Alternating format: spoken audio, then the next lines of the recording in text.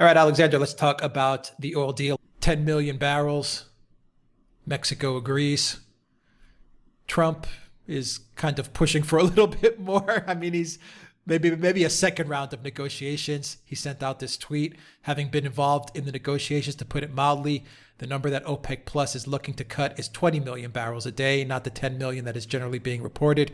If anything near this happens and the world gets back to business from the CV disaster, the energy industry will be strong again, far faster than currently anticipated. Thank you to all of those who worked with me on getting this very big business back on track, in particular Russia and Saudi Arabia. So that's from Trump. This one deal is in the bag, finished, and Trump is actually pushing for an extra 10 million to make it 20. Mm. Well, let's first of all get to this. Who are the winners and who are the losers, and what's going to happen? First of all, 10 million barrels. It's not 10 million barrels, and it's 9.7 million barrels, because Mexico didn't agree. Mexico said no, and MbS capitulated. MbS has lost so big that it's almost beyond calculation. And we do need to talk about MbS, because I want to repeat this. We've been hammering away at this on the Duran. It was MbS who started the price war. Yeah, you're right. 9.7. Sorry, my mistake. 9.7. Mexico agreed to the agreement. Object to it, but they weren't going to cut the 300. They didn't cut the 300,000, so they didn't cut it. But in the end, MbS had to go along with that, because he's got the Americans now breathing down his back, and he's in a mess. Now, can I just say something about MbS? And again, I come back to what he said. MbS started the oil price war.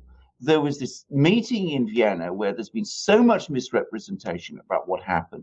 The Russians didn't agree to a cut then, but it was MbS who came along after that meeting and said that I'm going to increase production by 4 million barrels a day in the middle of a collapsing oil market. I'm going to flood the world with cheap oil. I'm going to cut oil to the bone. And as I said, we subsequently discovered that he filled up 7 super tankers with 40 million barrels of oil and started sending them steaming to the US with a sort of cockeyed plan of smashing the shale oil industry. That was his plan. And look where he is now. He got Trump furious with him. He got the Russians angry with him. There was this extraordinary meeting where Putin said, he's out to destroy the shale producers. Basically, this is nuts, which it was. And the Russians and the Americans got together, just as we said they would do, and MbS has been forced into big cutbacks. Of that 9.7 million barrels, 4 million is by Saudi Arabia. They've been forced into doing the biggest cutbacks. And we're hearing all kinds of stories now. We're hearing that the corona situation in Saudi Arabia is out of control. Apparently, MbS and his father, the king, are holed up in an island in the Red Sea. This is, I've seen this. I gather this is semi-confirmed. They're holed up in an island in the Red Sea, surrounded by loyal guards, where they're safe, supposedly, from the corona, but they're also presumably safe from a coup, or at least they're more protected if there is a coup. So that's where they are. He's had to speak to the oil executives. He had a big video conference with them the other day. It's not been widely reported, but apparently they really laid into him, and he had to sort of apologize or reassure them that he wasn't out to destroy their industry. He's had to talk to Putin. He's had to talk to Trump. He's had the humiliation of his father having to speak to Putin in his place, because obviously Putin didn't want to speak to him at one point. And he's had to cut more than anyone else has done. And he's also had to accept that the Mexicans, who didn't want to cut because they're hedged against falls in oil prices this year, are not going to have to. So that's why it's only 9.7, and it's 9.7 million barrels. And now Donald Trump has come back and he's asking for more. And who's going to have to cut the most? it's going to have to be MBS again, because that's inevitable. I mean, it was a crazy thing to do. It's backfired on MBS big time. And by the way, he's also announced a unilateral ceasefire in his fighting in Yemen, which is also going badly with the Houthis there on the offensive. He's not been able to get them to agree to a ceasefire. He's announced it unilaterally, and apparently there's talk that he might be pulling his troops out of Yemen. So everything MbS has tried has failed, and it's failed big time. Yeah, the war in Yemen is bleeding him. The war is the oil bleeding. price is bleeding the country. Yeah, absolutely. I mean, well, it isn't just that. I mean, what he's done is he's lost so much goodwill as a result of this. The Russians, as I said, think he's nuts. The Americans, I mean, there was extraordinary comments. I mean, apparently people said to him directly from the US in this teleconference. I mean, how can you be our friend?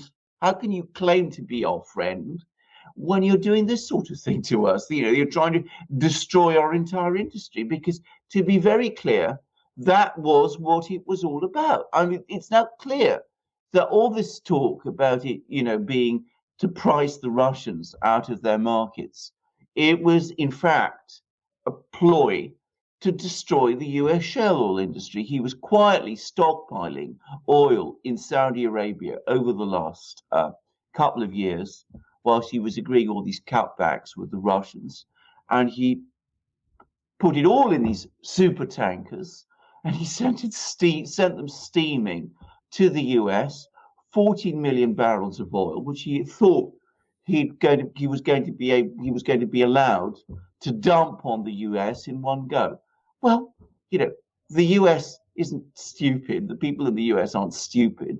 They could see what he was doing. And I mean, it's crazy to think that he ever thought that he'd be able to get away with it. But coming back to this, Trump is right. The oil price demand crash is somewhere in the region of 30 million barrels. 9.7 million barrels is nowhere near enough to stabilize the oil market.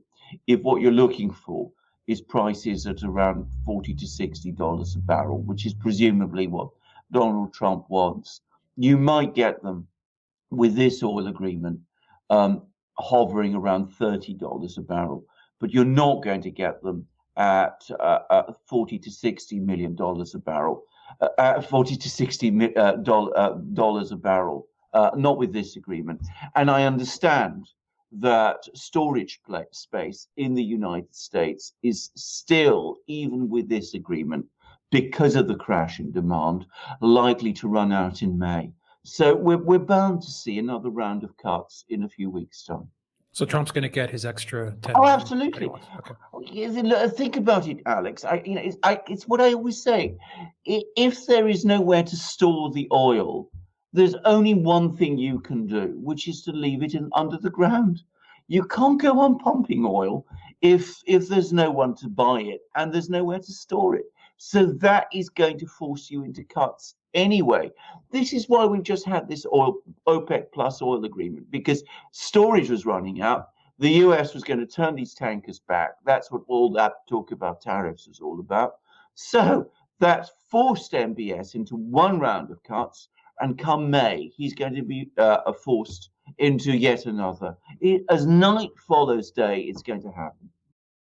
All right. Alexander Mercouris, editor-in-chief of the Duran. Thank you very much. Guys, if you like this video, click on the subscribe button down below. Click on the notifications bell. Smash that like button.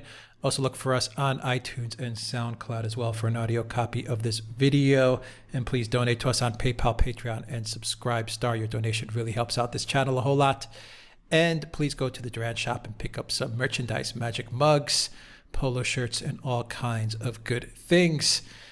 Yes, indeed, Alex. And can I just say that, if we're talking about magic mugs, I brought out this one because here is a man, Sergei Lavrov, the foreign minister of Russia, who is all the things that MbS is not.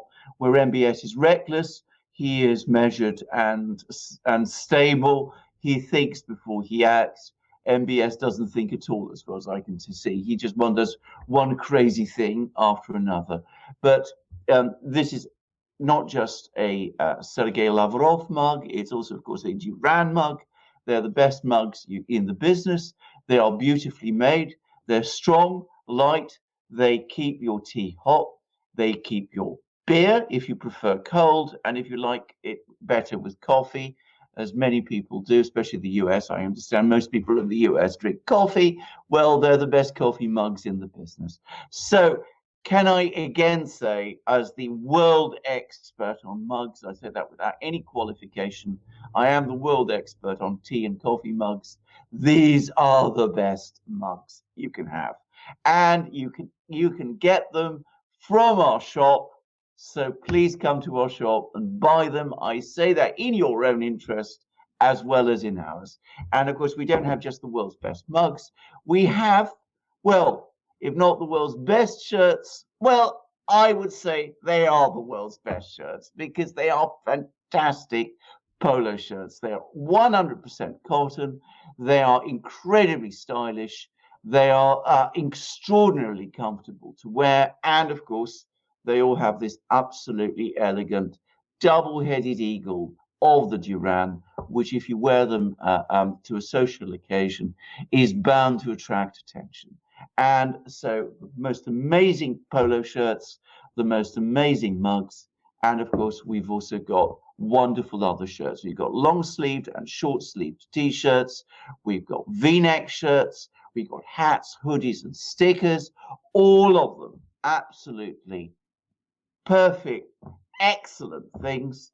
And of course we've got ebooks which you can also buy on subjects like Russiagate, Ukrainegate, Epstein, Brexit, and we've got more ebooks coming. So come to the shop, be the great owner of these things. We are always under pressure from YouTube. YouTube have lots of issues with all kinds of people, and sometimes, you know, we get into some of the problems also. And you support us by coming to our shop, you support the Duran, and of course you become the proud owner of these great things. And Alex will tell you how to buy them. Just go to theduranshop.com. You'll find the link in the description box down below. Alexander Mercouris, thank you very much. Until next time, everybody, take care.